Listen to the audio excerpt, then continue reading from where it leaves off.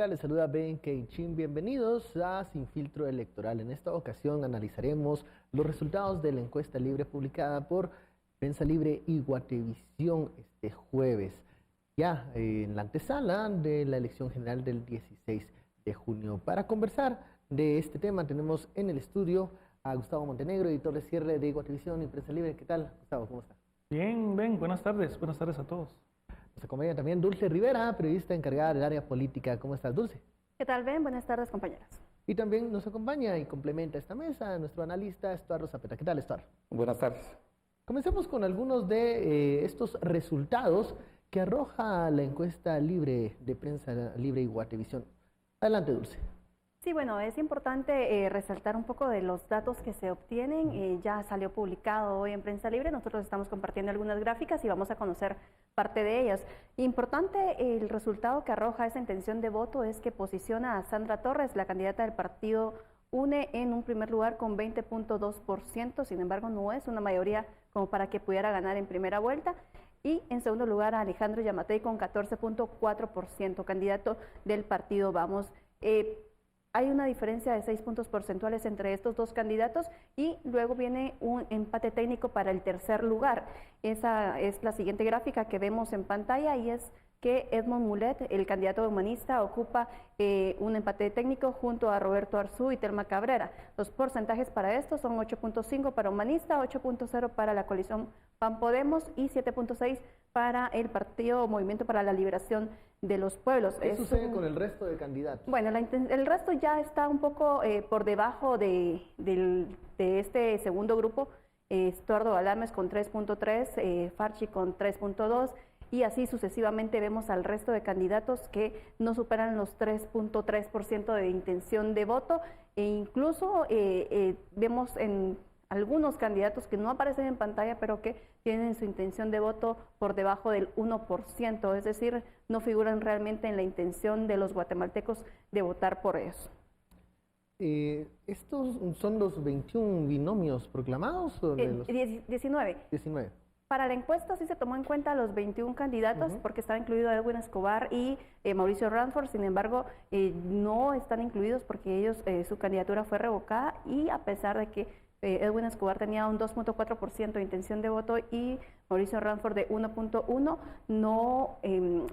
no tenía mayor incidencia o que ellos fueran a otorgar o a ceder esos votos hacia otros candidatos, por lo que no hay una diferencia entonces en los porcentajes que se muestran. El estudio de opinión lo realizó la empresa Prodatos entre el 27 de mayo y el 5 de junio en 138 puntos muestrales en todo el país. Gustavo, ¿qué otros detalles tiene la encuesta libre publicada este día? En la preparación de la encuesta fue muy importante esperar que se aclarara el panorama judicial y por eso es que en esta medición no figuran ya ni Telma Aldana ni Suri Ríos. Fue creo que bastante importante esperar ese cambio.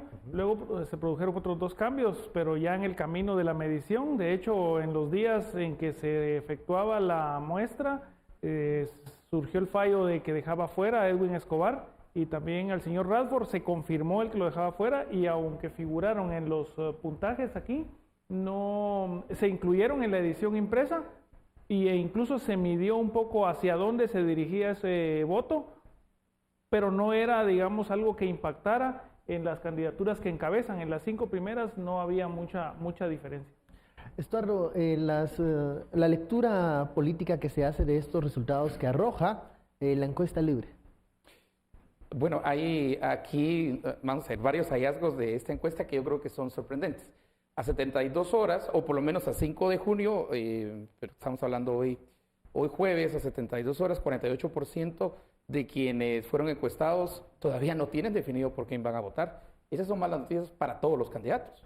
O sea, no hay un voto... Tal vez buenos para los que van de último, pero no tendría mayor impacto, pero los que van a la cabeza, esa es una fluctuación que yo creo que sí tienen que tomar en cuenta. Ese es un dato que yo creo que es sorprendente porque cuando uno ve encuestas de 2015 y vas un poquito en el histórico, la gente 2 o 3 meses antes ya tenía por lo menos una idea de por quién iban a votar. Digamos, lo más Lo más alto que se llega fue en 2015, que tenían 21% que no sabía por quién iba a votar un mes antes de las elecciones, y 13% es lo más bajo que se tiene, que días antes la gente no sabe por quién iba a votar, pero 48%, por lo menos hasta en las fechas de encuesta, que son 5 de junio, 48% que no tenga claro por quién va a votar. En la lectura política hay que tener mucho cuidado, sobre todo quienes van a la cabeza. Creo que una segunda lectura política es que el cuadro de quienes votan, rurales versus urbanos, estamos viendo otra vez el fenómeno que se dio en la elección anterior, en el 2015, de Jimmy versus Sandra. Y era obvio que Sandra tenía en el área rural una intención de voto bastante alta. Aquí es Sandra versus Yamatei. En el área rural casi le triplica la intención de voto Sandra a Yamatei, pero cuando vamos al interior urbano, esa diferencia es muy pequeña, de 13 a 17 son 4 puntos, y cuando vamos al área metropolitana, eso se invierte totalmente, subiendo Yamatei a 16% y Edmond Mulet a 9%, y Sandra Torres baja a 5%. Y yo creo que eso se ve más en el tercer, en mi opinión, gran hallazgo, que es el balotaje, o sea, la segunda vuelta, como lo conocemos aquí, porque los resultados ya de segunda vuelta reflejan exactamente lo que la gente está diciendo en términos de urbanidad y ruralidad. Cuando te refieres al primer punto, a esta indecisión que todavía existe entre los votantes que no han definido por quién van a decantarse este domingo 16 de junio en la elección general, llama la atención que el 61% del voto, digamos, urbano es el que no se ha definido, no tiene claro por quién votar, un 61%. Si vamos al área rural... Perdón, eso tiene que ver con el empate 1, Yamatei en segundo lugar, pero también con el empate técnico, principalmente, generalmente se toman los 4, ¿verdad? Los 4 adelante, y el tercero sería Mulet, y el cuarto sería Roberto Arzú. De hecho, no puedo decir tercero o cuarto, porque si es empate están todos al mismo nivel. Técnico, todo es un tercer lugar. 8. Es un tercer lugar de empate, y yo creo que tiene que... lo que está señalando en términos de la urbanidad, y va a tener que tener un impacto en este caso. Ojo que ya no hay alcaldes en la segunda vuelta, y el impacto fuerte ahí es precisamente... ¿Por qué crees que el voto urbano no se ha definido tanto como el voto rural, que solo un 44% no ha definido por quién votar, si lo comparamos con el 61%? Bueno, la judicialización, lo que platicamos aquí 3 años seguidos, es perfecto lo que estaba explicando, que de hecho aún las encuestas esperaron a que los jueces decidieran quién iba a participar o no. Algo que se ve aquí es el corrimiento, el clásico corrimiento, ¿verdad? No está Suri, no está Telma Aldana, el corrimiento era lógico, ¿verdad? Y el que era cuarto era precisamente Yamatei, que es obvio que ahora va en segundo, se quitaron estos dos. Pero ese corrimiento también tiene un impacto en la decisión de las personas. Porque si estaban decantados por Suri o por Telma Aldana, ojo que ahí está el 25%. ¿Y ese 25% se distribuyó? Sí, que pudo contribuir al 48% Exacto. De los que no saben. Yo estoy de acuerdo con la idea que contribuye más al 48%, porque en realidad no veo una distribución, aunque agarre todos los, hasta los de, agarre 5%, lo que crecieron los 5 en encuesta anterior versus esta, no da ni por asomo 25%. Quiere decir que en realidad ese 25% está en el 48%, que todavía 3 días antes de las elecciones, o por lo menos a 5 de junio, no ha determinado por quién va a votar, y si va a ir a votar también, porque la incertidumbre tiene otro efecto que no hemos visto, y es, ¿para qué voy a votar? El abstencionismo que siempre se da. Correcto. ¿Cómo se puede entender que, por ejemplo, al ver las edades de los jóvenes de 18 a 24%, un 55% de ellos están indecisos? Exactamente, ese es el punto. O sea, comparado con los mayores de 35 años, que los indecisos son 47%. Ahí baja de la mitad. La nueva ley electoral y de partidos políticos, la cual discutimos aquí ampliamente, casi artículo por artículo, todos los problemas que presenta, las dudas que todavía tiene con relación al voto nulo, porque miren, estamos a 3 días de las elecciones y el voto nulo todavía no está claro cómo se va a aplicar. Parte de la encuesta también revela esos datos. Sí, no sabemos. Entonces, digamos que sería el grupo mayoritario en la pirámide, sería el grupo de abajo, el grandote. Nosotros tenemos una pirámide bastante sólida abajo y pequeña arriba. en realidad nuestro gran bloque de votación va de 18 a 34. Y el bloque más grande dentro de ese grupo etario está entre 25 y 34, que eran los números que usted estaba diciendo. Ese de 25 años a 34 años, ese es el que va a abarrotar si decide ir y si al final tiene claro cuál va a ser su decisión en este momento. Y en el 48% también es importante hacer notar que la pregunta se formuló de una forma tal que abarcara no solo, ya decidió usted su voto, porque hay quien te dice sí, no, y podría tener una variante, pero si no está seguro ya definitivamente de por quién va a votar, entonces puede ser que haya personas que incluso tengan un voto, porque fue interesante que si cuentas todos los que deciden suman más del 48%, pero quiere decir que muchos de los que están votando aquí por alguna opción que votaron en la papeleta no necesariamente están seguros totalmente de ese voto. Por eso dio el 48. Y ese es el voto elástico, ese puede variar. Y frente al voto en la urna, el que no está decidido aún puede variar su voto en ese momento. Aún puede decidirse por otro... O puede anular. Claro. Puede anular porque ahora si algo por lo menos tenemos claro en el voto nulo es que cuenta. ¿Cómo cuenta y de qué manera cuenta? Por favor, Tribunal Supremo Electoral, síganos aclarando el asunto porque, mire, a 72 horas de las votaciones no tenemos claro el voto nulo todavía. Ahora, mencionabas, Estuardo, que tal vez esta indecisión también se puede reflejar en los pocos espacios que tuvieron los candidatos y los partidos políticos en dar a conocer su propuesta. ¿Crees que eso fue lo que hizo mella en este 48% de indefinidos que aún están viendo qué candidato les parece o suele responder a sus inquietudes, o es que los partidos políticos y los candidatos no presentaron ninguna propuesta novedosa que pudiera capturar el interés del electorado? Bueno, en esta mesa precisamente tuvimos a todos, a todos, y aún los que después salieron por decisión de Cortes, ¿verdad? Y muchos repetían un discurso bastante parecido, no mostraban cosas nuevas. No hay nada nuevo, no presentaron nada nuevo. Pero no solo nada nuevo, sino nada también que emocionara al electorado. Por lo menos el electorado urbano. Sí. El electorado rural está muy emocionado y como la misma encuesta lo demuestra, que la razón por la cual votarían por Sandra Torres es porque ayuda a los pobres. Y ayuda a los pobres, léase en el caso de la UNE, bolsa solidaria, bono, cosas muy tangibles. Pero cuando hablas que en el área rural pues tienen mayor conocimiento tal vez de las necesidades que buscaban o los ofrecimientos que buscaban dar a conocer, era porque también tenían presencia estructural en varios departamentos. En cambio, mira, eso había lo hemos dicho, partidos que no la tenían. Y lo hemos analizado tantas veces aquí, y es que la UNE se preparó, digamos, en términos de la estructura nacional para esto. Y ahí es donde ¿cuántos candidatos alcaldes presentó UNE en estas elecciones? 319, 340. O sea, 21 municipios no está, pero está en los principales 319 municipios.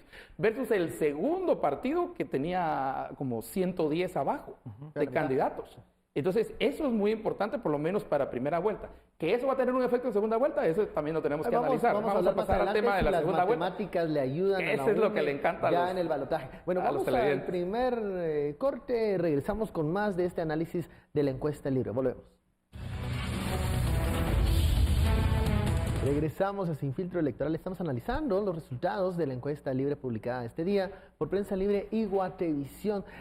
Hablemos un poco de la ficha técnica, o sea, el cómo se realizó esta muestra. Por favor, Dulce. Sí, bueno, como tú mencionabas al inicio, fue realizada por la empresa Prodatos para Guatevisión y Prensa Libre, una muestra de 1.201 personas. ¿Y en dónde se realizó la encuesta? Pues aquí tenemos en pantalla las áreas, 286 personas en el área metropolitana, en el interior urbano 321 y en el área rural fueron 594 personas. También el 50% de los encuestados es hombre y 50% son mujeres, y el nivel socioeconómico, 3% pertenece al BC1, que se refiere al alto, 14% al C2 o C3, que es el medio, y el 83% de los encuestados está en el nivel socioeconómico bajo. Eso es parte, y también tenemos las edades de los encuestados. También es muy importante aquí conocer cuál es ese rango de edad de las personas. El 29% de los encuestados corresponde a las edades de 18 a 25 años, 24% entre 25 y 35, 18% entre 36 y 45 y un 29% restante tiene más de 46 años y fueron pues los grupos sectarios. Y parte también de lo importante de cualquier encuesta es saber qué había en la coyuntura del país, el contexto, a qué estaba pasando. Y bueno, nos basamos en las portadas de Prensa Libre del 27 de mayo al 5 de junio, cuando se realizó la encuesta, en temas, por ejemplo, la conflictividad electoral, el tema de Estados Unidos que enviaría agentes federales a Guatemala, también el clima de incertidumbre por las amenazas que realizaron exmilitares de boicotear las elecciones, algo también relacionado con el Plan de la Prosperidad. También estaba en el contexto del aniversario del Volcán de Fuego, así también como ese rechazo que se tuvo al pedido de tropas de Estados Unidos, el tema migratorio y, como había mencionado Gustavo, también en ese momento se conoció sobre la revocatoria de la candidatura de Edwin Escobar a la presidencia. Esto es como muy importante porque entonces conocemos qué era lo que estaba pasando en el país y por qué la gente se inclina, porque ustedes saben que a veces pasan crisis que hacen que la gente tome diferentes decisiones y pues parte de la encuesta es que se tomó en estas fechas. Y esa fue la papeleta simulada que se les entregó a las personas en el mismo orden en que se designó por parte del Tribunal Supremo Electoral, 21 casillas. Ahí aparecían 21 binomios, pero en realidad serán 19. Obviamente, como se mencionaba, Mauricio Ransford y Edwin Escobar todavía aparecían en la papeleta porque sus candidaturas no habían sido revocadas. Okay. Otros detalles, Gustavo, de la encuesta libre publicada. Importante hacer notar que durante la etapa de la medición, de la toma de datos, se entrevistó a Telma Cabrera, que era prácticamente la última de todos los candidatos que aceptaron venir aquí. Digamos, creo que se entrevistó a todos, excepto a uno que no vino, que era el candidato oficialista. El oficialista, Estado Galdames, no vino. Dijo que venía, luego no vino. El diseño de la muestra se hace con base en el padrón electoral, es parte de los requerimientos que la empresa Prodatos cumple. Hace también una distribución por la segmentación, digamos, de la población por el nivel socioeconómico. Es decir, es una encuesta que sobre todo es muy popular porque va al segmento D sin quitarle su importancia a los otros. En el peso urbano es importante hacer notar que la ciudad capital o el área metropolitana tiene una parte importante de la encuesta, pero la más importante es el peso rural.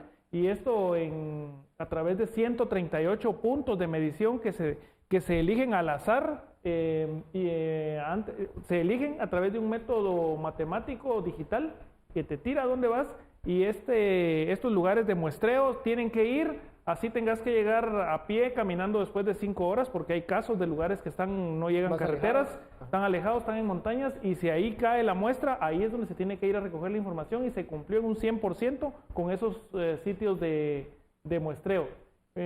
Finalmente, lo que se podría agregar acerca de la realización de las entrevistas es que se desarrollan con base en un cuestionario bien estudiado, que no induce a sesgo ninguna entrevista, se cuida que todas las preguntas sean, digamos, objetivas y que sean muy directas para darle total libertad a las personas para que planteen. Y lo mismo al marcaje de la papeleta, se entrega la papeleta como en una simulación del acto de votación y la persona se aleja a un lugar donde vote sin que nadie le ve. Entonces, en ese sentido, esta encuesta tiene mucha confiabilidad. Digamos, a diferencia de otras que se hacen, por ejemplo, por internet o por redes sociales, que no sabes quién te contesta, o por teléfono, mientras que en este caso se verifica que es un lugar de entrevista, una casa, una persona, porque no entrevistas 2, 3 personas por casa, entrevistas a la persona que sea ahí, digamos, el papá, la mamá mayor de edad, comprobado con su DPI,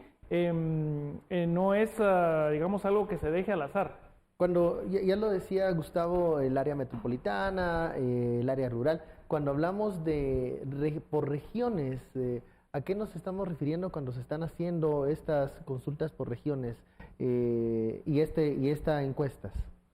Ahí, digamos, ahí está precisamente Capital, Centro, Nororiente, Verapaz, Petén, Sur, Costa y Occidente.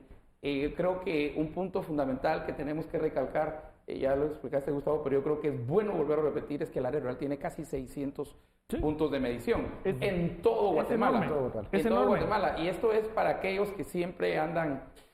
Mire, a ver, aquí la gente se pelea con las encuestas. Es una cosa que me da risa, pero la gente se pelea con las encuestas. ¿Verdad? Y, pues yo estaba en otros países en los que salen encuestas, es normal hacer una encuesta y se analizan los números y a través de eso se establecen estrategias y se ven más o menos cuáles son los escenarios y todo. No, aquí la gente se pone a pelearse con los números, pero es parte del tercermundismo y eso no lo podemos cambiar. O porque ¿verdad? piensan que son predicciones, así va a quedar. Sí. Miren, la encuesta es una foto del momento. Este momento está muy claro en la ficha Esto técnica. nos lleva al 5 de junio. Del 27 de mayo al 5 de junio. El 6 de junio pudo haber cambiado la foto. Ya no digamos el 12 de junio. Y no digamos el 16. Ya lo mencionaba Gustavo, que la última entrevista de candidato presidencial se realizó el 4 de junio con la candidata Cabrera, que era una candidata que a ese momento no había tenido mucha exposición en ese y que había dicho que no iba a venir. Que no iba a venir y que no venir. le daba entrevistas a muchos medios. Luego ya vinieron 2 o 3 días de una fuerte exposición donde ella accedió a dar entrevistas con su equipo de trabajo. Por eso nos dice que esto nos lleva al 5 de junio, a esa fotografía de ese momento. Lo que ha pasado de esa fecha para acá puede cambiar. Puede cambiar o pudo haber cambiado ayer y entonces es la foto de un momento, no es una película, es una foto y hay que entender que es una foto y es solamente es viendo si vamos, en qué camino vamos y hacia dónde vamos y cómo puede ser. Porque han sucedido otras cosas, como por ejemplo la confirmación del pago a los expatrulleros, el famoso reparto de bonos que se ha intensificado en los últimos días. Que en estos momentos sigue ocasionando problemas, por lo menos en el Quiché, también en el Oriente. Han sido tomados camiones precisamente que se fueron a repartir granos y fueron tomados y creo que siguen siendo tomados a estas horas. Y sigue un proceso ahí y por supuesto la gran repartición de bonos. En términos de eso, o sea, el contexto siempre hay que verlo, se da el contexto clientelar, eso es típico de diría Max Weber, de los sistemas patrimonialistas, ¿verdad? En los cuales el Estado se ve como un patrimonio, como un botín, y usarlo en cierto momento, aún si es necesario para la política, para repartir. Entonces se dan los bonos de 200 y se dan las bolsas de granos y comidas y todo. Eso no pasa en partes más desarrolladas del mundo. Ahí no hay bolsas, ni bonos, ni nada de eso. Pero quiero regresar al 48%. Ese 48% es el que creo, en mi opinión, hay que ponerle mayor atención. Hay 3 puntos para mí fundamentales aquí. El 48% que no tiene definido plenamente, esa fue la pregunta. Sí. ¿Tiene usted definido plenamente por qué va a votar? 48 dijo no. O sea, la mitad dijo, mire, yo marqué ahí, pero que estoy plenamente definido, no sé. La otra mitad dijo sí, estoy plenamente definido. Ok. 1. 2. Las edades, lo que explicaba. Las edades son fundamentales. Sobre todo entre 18 y 25 años. La siguiente edad, que todavía es 25 y 34. 25 y 34.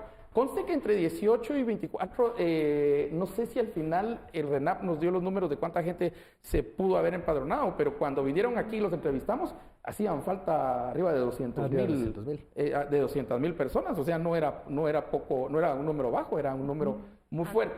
Y el tercero, creo yo, que los escenarios están dando como para segunda vuelta en términos de cómo los vimos en 2015. Entonces, para mí esos 3 puntos que son fundamentales, y sí, nos guste o no nos guste, sí estamos viendo una Guatemala dividida entre lo rural y lo urbano, entre que al final quién va a decidir, y ya vimos en 2015 que en segunda vuelta define el área urbana. Eso es lo que pasa por lo menos de experiencia tenemos eso en las elecciones 2015, en el cual el área urbana decidió por Jimmy Morales, ¿verdad? A excepción que se diera un caso de, por ejemplo, digamos, para la segunda vuelta siempre se da que sale menos gente a votar. ¿Qué pasa si, por ejemplo, los candidatos mueven a la gente en el área rural para que vaya a votar en la segunda vuelta? ¿Podría cambiar en algún momento? Es que el incentivo es muy bajo. Porque ya no hay elección de alcaldes, exacto. no hay elección de Y los controles diputados. son mayores sobre el gasto, digamos, el gasto de transporte. Solo ya son no 2, es... porque solo son dos candidatos, o como lo tengamos aquí. El reto para el competidor, digamos, porque como estoy viendo los números, es Sandra versus alguien más. Ese alguien más todavía no lo conocemos, lo vamos a conocer el domingo. Bueno, vamos a la pausa, regresamos con más detalles y análisis de la encuesta libre. Usted no se la puede perder, volvemos luego del corte.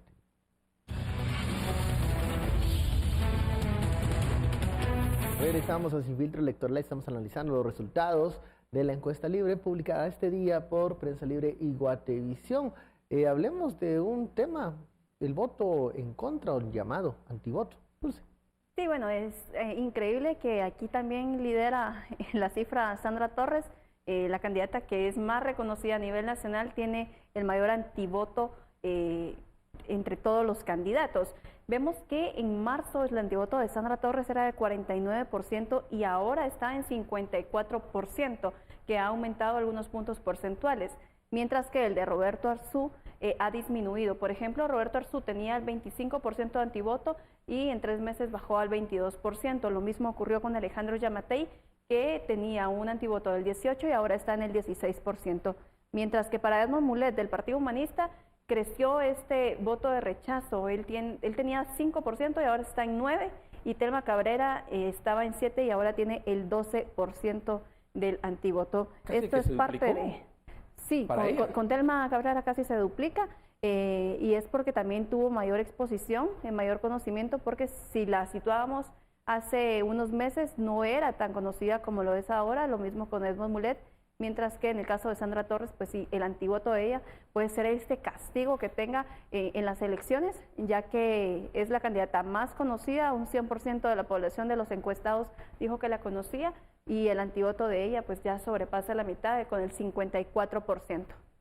¿Qué más podemos decir de este tema del famoso voto en contra? Voto en contra, la importancia que tiene, y esta pregunta también es, no dice nunca votaría por ella, sino dice difícilmente, Sí, porque o sea, para no es mi abarcar primera más, opción, no es mi primera opción, pero la importancia que tiene este voto es que marca de alguna manera el techo electoral que alguien podría tener, es decir, del 100% que pudieran conocerte y considerarte como un voto, la mitad, en el caso de la señora Torres, más de la mitad diría, no la veo yo a ella. ¿Verdad? Y de hecho esto va correlacionado con la gráfica que tenemos del posible balotaje, que en ese momento solo se consideraron 3 opciones, pero en las 3 la persona, el candidato con el cual tendría una hipotética segunda vuelta, le termina ganando por mayor o menor porcentaje, precisamente porque el techo lo marca el antivoto. Sería más un voto de castigo y no un voto... voto en contra de ella, digamos, no a favor del otro candidato. El fenómeno que se vivió en 2015. Sí, el fenómeno Jimmy Morales. ¿Qué hacen los candidatos o qué hacen los partidos con el llamado voto en contra? Algunos piensan que lo que se puede hacer es solo neutralizarlo, que no se incremente, porque como decía Gustavo, ya es un techo, ya es un número que allí está y que muchas veces buscan que no se incremente en los últimos días para no perjudicar la elección. ¿Cuál es la lectura que se hace del antivoto, Oscar? El antivoto es básicamente el voto negativo y como se hace, es una operación muy sencilla. Se pone el voto positivo y el voto negativo y se hace una resta y se mira si la resta es negativa o positiva. Eso es para la candidata Torres, la resta esa es bien negativa, o sea, ella queda debiendo todavía para llegar a ese voto que le daría un positivo. ¿Qué es lo que puede pasar aquí? ¿O cuáles serían los retos entonces para alguien que tenga un antivoto, ya sea muy pequeño o muy grande? A mí me sorprende el antivoto de Telma Cabrera, porque si bien creció en las encuestas, también el antivoto se le duplicó. Y eso es, ya en términos porcentuales, mucho mayor de lo que le pasó a Torres, ¿verdad? Y ojo que las dos están en un mismo parámetro regional guatemalteco. Las dos son de área... Apuestan al área rural. Pero ahí está. Telma Cabrera, porque preguntan acerca del fenómeno de Telma Cabrera empieza a crecer el momento cuando Telma Aldana en CNN dice que votaría por ella. Ahí ese es mucha el gente momento, comienza a ese es el momento cuando empiezan aunque después estaban diciendo que no le endosó, que no sé qué. Sí, pero ya estaba dicho. Ya estaba dicho y ella dijo, porque le pregunta al periodista por quién votaría usted y ella dijo que Telma Aldana votaría por Telma Cabrera. Dijo. Y que la admiraba y dijo cosas muy buenas de ella. Entonces, mucho telmista o mucho de Telma Aldana, no necesariamente el partido Semilla, no tiene nada que ver una cosa con la otra, sino gente que era, digamos, afín a la figura de afín la a las fiscal. ideas y todo esto, pues empezó a ver entonces a Telma Cabrera. La cuestión está en que así le vino también, así le vino El voto y en por eso es contra. que se le duplica el antivoto. Y cuidado, porque eso es más difícil todavía. Sandra, cierto, crece, pero este se duplica. Entonces solo quería hacer ese paréntesis para entender entonces el antivoto. ¿Qué tiene que hacer? Primero, no sé si se hacen, yo no vería por qué no, las alianzas desde ya, aunque no haya sido primera vuelta, tendrían que ahorita estar negociando para primera vuelta y luego para segunda vuelta, esa es una posibilidad. Segundo, a usar la maquinaria, entonces aquí es donde la UNE tiene que mostrar realmente que tiene una maquinaria, y eso va a ser en la segunda vuelta.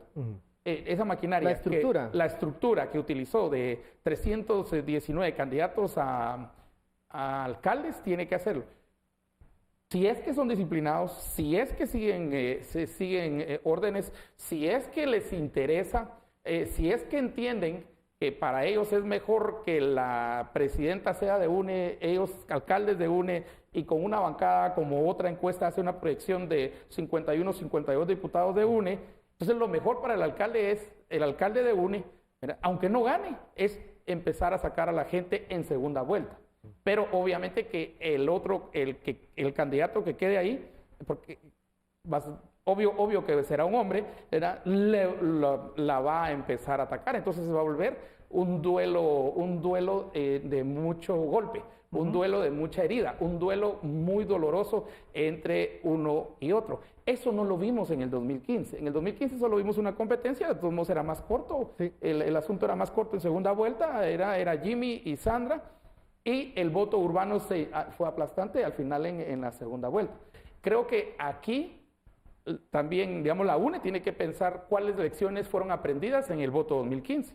¿Qué se aprendió en el 2015? ¿Por qué perdieron el voto urbano en esa ocasión? También ¿por qué perdieron en otras oportunidades? Eso es la primera pregunta. Y segundo, el que quede en segundo lugar tiene que preguntar cuáles son las debilidades de la UNE, porque esas son las que va a empezar a atacar. Y otra vez, sí va a ser algo bastante maniqueo, porque son dos, ¿verdad? Va a ser algo maniqueo, ¿verdad? Que estás conmigo o estás contra mí, ¿verdad? Y la otra opción es que no va a salir a votar. Y es cierto, también baja el número de personas. Pero eso, cuando baja el número de personas que salen a votar, no le conviene al que va a la cabeza o a la que va a la cabeza. Eso es lo peor que le puede pasar. Al contrario, tiene que salir la gente, y ya vimos que sale el área urbana. ¿Y cómo es que le ponen aquí? Área urbana y semiurbana, creo que le ponen, ¿verdad? Es interior urbano. Pero hay, las cabeceras es interior urbano. Hay un y sí, rural, interior urbano, metro y rural, sí. ¿verdad? Y entonces ahí ese va a ser un reto fundamental. No hay una campaña orquestada, por ejemplo, en el caso de Valdizón hace 4 años, en el cual no te toca. El no te toca fue una campaña que luego la agarraron unas ONGs y la llevaron a un nivel de campaña pura, de estructura. Y es que él mismo la creó, cuando arrancaba la expectativa, él decía, le toca al pueblo, y luego se le revirtió. Entonces no tenemos eso en este momento, pero sí puede surgir una anticampaña a quien llegue en primer lugar, fuerte en la segunda vuelta.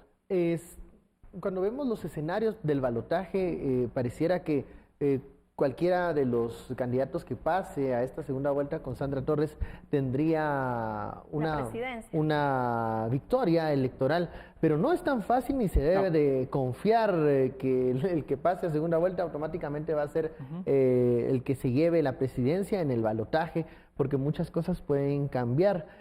Como decía Estuardo, las alianzas se pueden comenzar a dar, sobre todo con el poder local, con ya los diputados que salgan electos el 16 de junio. Ojo, recordemos eso. Es cierto, el balotaje nos espera en agosto, pero este domingo se define quiénes van a ser los diputados de la siguiente legislatura, y allí están muchos diputados distritales. Si va a haber una bancada fuerte de la Unidad Nacional de la Esperanza, esos diputados que salgan electos de los distritos, sí creo que tienen un incentivo para movilizar la estructura en agosto, porque si no tendríamos algo parecido a lo que sucede con esta legislatura y la presidencia de Jimmy Morales. Me imagino que esta bancada de la UNE quiere buscar el Ejecutivo, Entonces ya tener alineado el Ejecutivo y el organismo legislativo. Entonces ahí existiría una alianza entre diputados, también otros diputados distritales que se acercarían con el partido de Sandra Torres. Ahora, ¿qué opciones o qué ventajas, qué alianzas tendría el candidato que pase a segunda vuelta con Sandra Torres? Uno de los candidatos, creo que fue Villacorta, él ya declaró que son difíciles las alianzas, que son complicadas. Sí, porque ellos quisieron en algún momento Armar impulsar algo. una candidatura, pero no lograron acuerdos. Era Villacorta y Manfredo Marroquín. Entonces, yo sé que es difícil, pero vamos a ver, aquí, para primero y segundo lugar, la negociación va a estar en los alcaldes que ganaron. A esos son los que tienen que llegar a buscar. Vamos a la pausa y hablamos de esos escenarios, de la segunda vuelta, de esas alianzas y de esos acercamientos que sí o sí van a tener que hacer los partidos políticos. Volvemos luego de la pausa.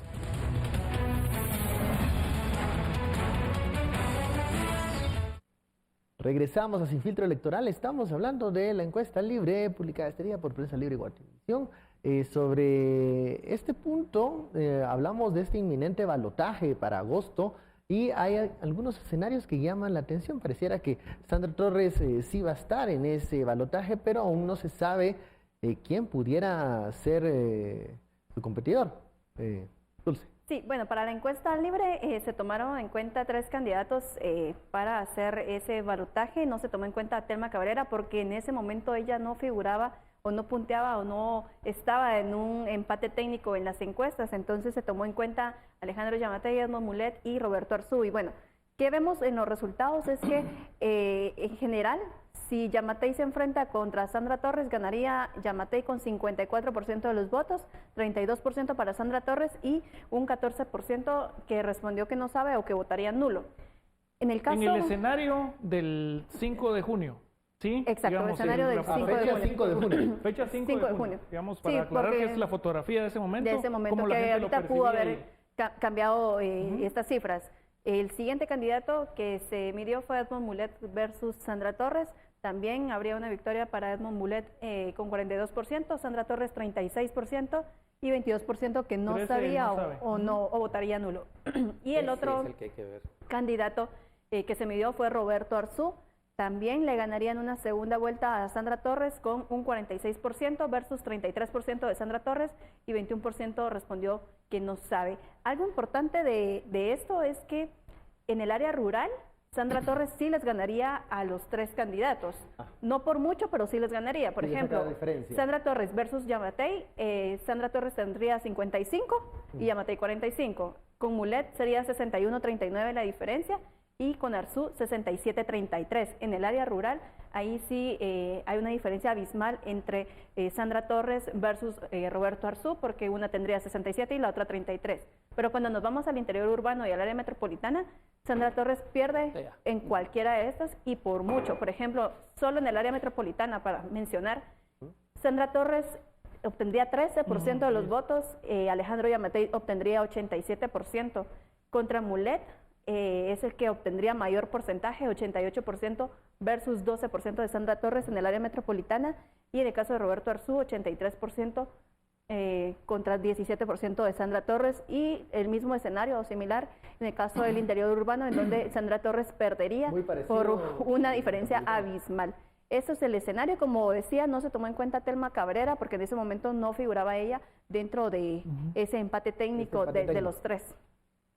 ¿Qué más detalles podemos ver de estos escenarios ya en un posible balotaje? Importante es hacer notar que cuando se toman la medición de estos datos, de estas preferencias, no solo se busca tener unas cifras sobre candidatos, digamos, sobre personas, cuánto tiene cada quien, sino las razones por las cuales las personas les interesa una propuesta u otra. Y esa parte en la encuesta se incluyó en el por qué votan. Entonces, en los candidatos, digamos, Torres, pues ya lo mencionó Estuardo, es los programas sociales. Y en el resto de candidatos hay una mezcla interesante entre confiabilidad, honradez, preparación que consideran cada uno, que se va mezclando de diversas formas.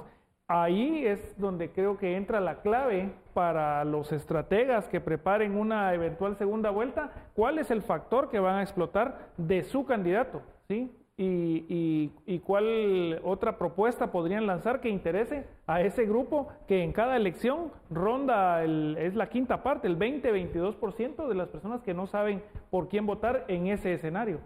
Podemos incluso ver cambios de estrategia de campaña para este ya lunes 17 de junio, ya era un borrón y cuenta nueva para los dos candidatos que pasen a la segunda vuelta. Pero para no tanto. comenzar. Bueno, Pero no tanto. no tanto, pero si quieren cambiar esos números, tienen que animarse Sí. a hacer algo diferente. Aquí hay como O ciertas- consolidar los números ciertas también. premisas que no deben tocarse. Si en segundo lugar quiere ir a convencer a los rurales de votar por él, no los va a convencer. No a tiempo. No a tiempo. Y si la otra quiere venir al área urbana a convencer a la gente y al área metropolitana que voten por ella, tampoco. Ahí va a gastar energía, los dos. Si se cruzan los dos en el camino, van a gastar energía, tiempo, dinero y no van a convencer ni el segundo lugar en el área rural, ni la otra va a convencer en el área urbana. Eso está bien claro, los números son aplastantes. Cada lo que usted decía, los números son, pues más después de eso, sería tontera siquiera imaginarse haciendo. Sin embargo, en el tercer, el punto que decía Gustavo, en el tercero, no sabe nulo, son números que no hay que echar en saco roto. Por ejemplo, para Yamatei es 14%, pero para Mulet es 22%, y para Torres y para Arzú 21%. Esos son números que, eso está, digamos, eso está para quien lo agarre, pues. Eso está para quien logre convencer. Y obviamente no toma el 21%, va a tomar si mucho, una tercera parte de eso. Eso sería, pero ya es una tercera parte para la segunda vuelta, eso te marca una diferencia, porque la tercera vuelta es ¿cómo se llama? En un conteo simple, ¿verdad? El que saque un voto de más se gana ya, como tenemos el sistema nosotros aquí. Pero podrían cambiar, pero el cambio si es muy duro, si es muy, digamos así como frenar abruptamente, no le haría bien a nadie, ni en segundo ni en primero. Y si el segundo pierde tiempo tratando de hacer alianzas que de todos modos no van a llegar, también sería eso, perder tiempo. Y yo creo que la posibilidad tanto de primero y segundo lugar para balotaje estará en las municipalidades.